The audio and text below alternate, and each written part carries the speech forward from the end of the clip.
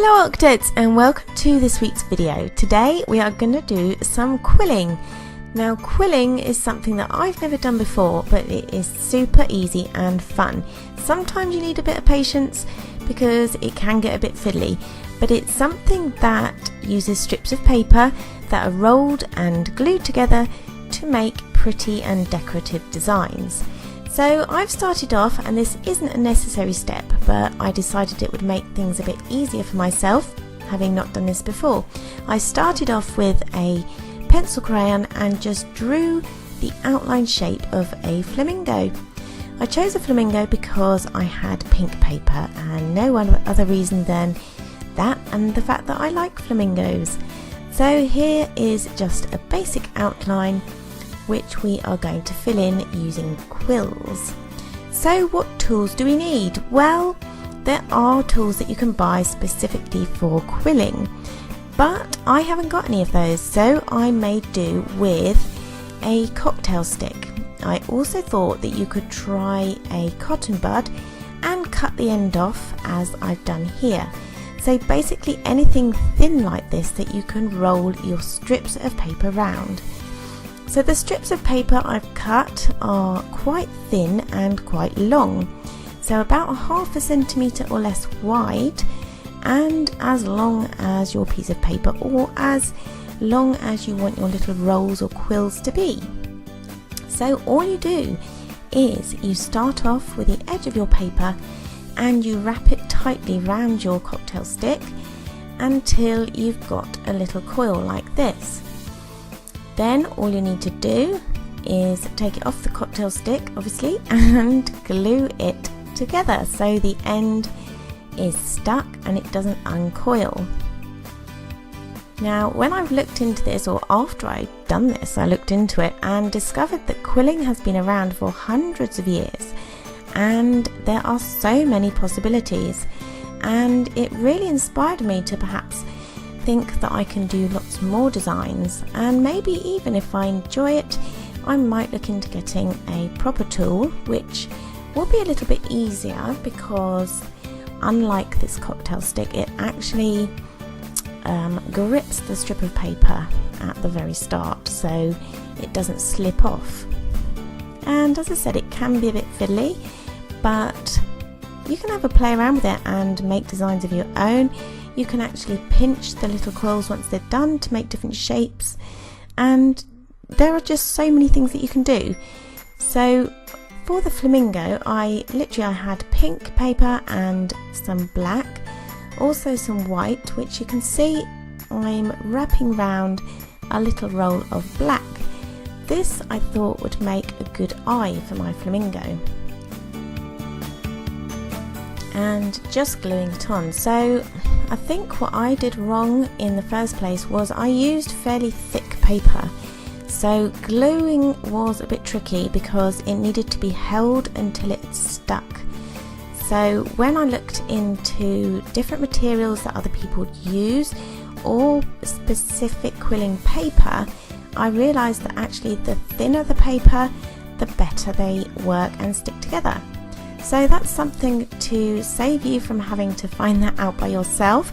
If you've got thin, even computer paper, that will do perfectly well.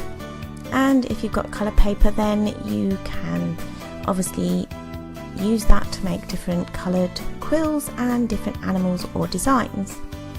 So basically once you've got the hang of it, you just go and make lots of coils and fill up your design, like I'm doing here.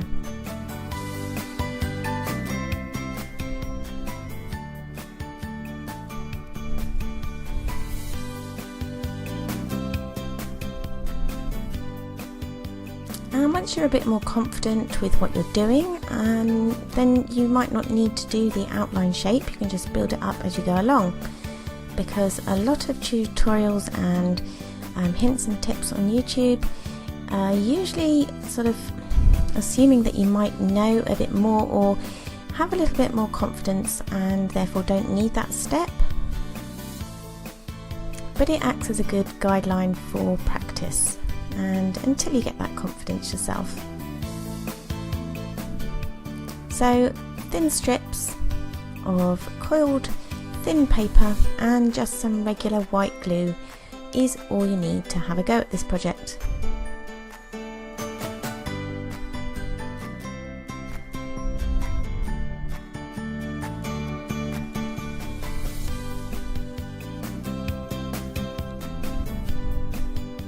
And like I said at the beginning, you can sort of pinch the little coils once you've made them to make more sort of pear drop shapes, and this might have been a good shape to use for the flamingo's nose, but to start with I just made them all the same, and the only thing I varied really was the colour.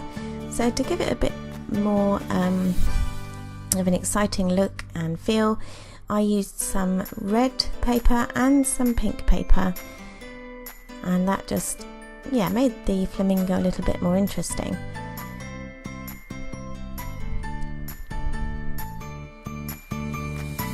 The other thing that you can do to make sure that your coils are all the same is to measure the lengths of the strips of paper that you're using, and this will ensure that you don't get a variation of small quills and big quills. Of course, if that's what you want to do, or if the design lends itself to different size coils or quills, then that's fine, but if you want to keep them consistently the same, then you would need to make sure in the beginning that all your strips of paper are the same length.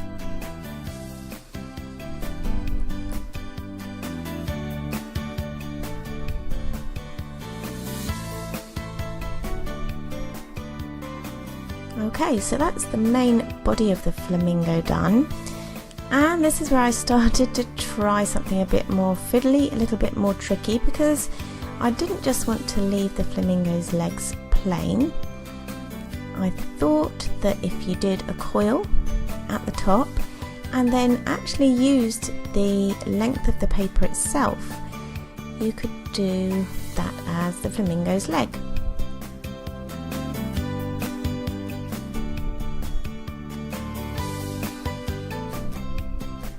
So first of all I coiled one end and then started at the other end of my piece or strip of paper and coiled that end as well, as you'll see in a second.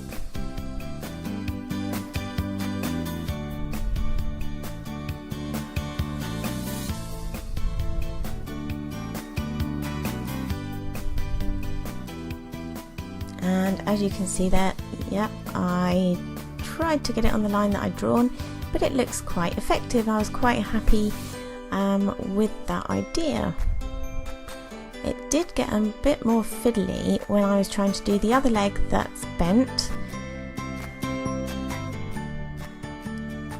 but I sort of hashed it together, I suppose, made a smaller coil and then had his foot as a little coil on the end. So they're making the same sort of thing, just a lot smaller. And this is great for sort of your imagination, trying out new things, and I really enjoyed it, and I thought, wow, this is something I've never tried before. I haven't got the tools, but I've still managed to have a go at something totally different without spending any money, and it produced a really funky flamingo at the end of it, and I was quite happy.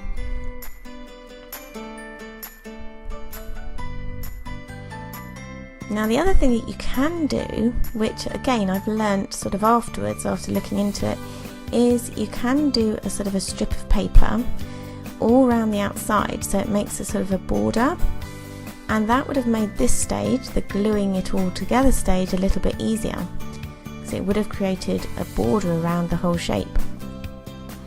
As it was, I started at the feet because I thought they were the more precise bits, and then I went in and glued each individual little coil to the paper underneath in the sort of shape that I'd drawn.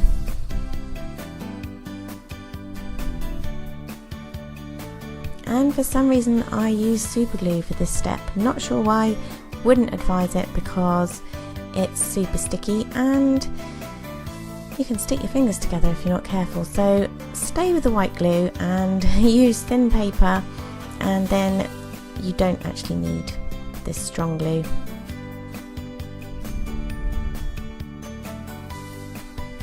So anyway, I hope you've had fun watching me do this, and I hope you have a go at it at home.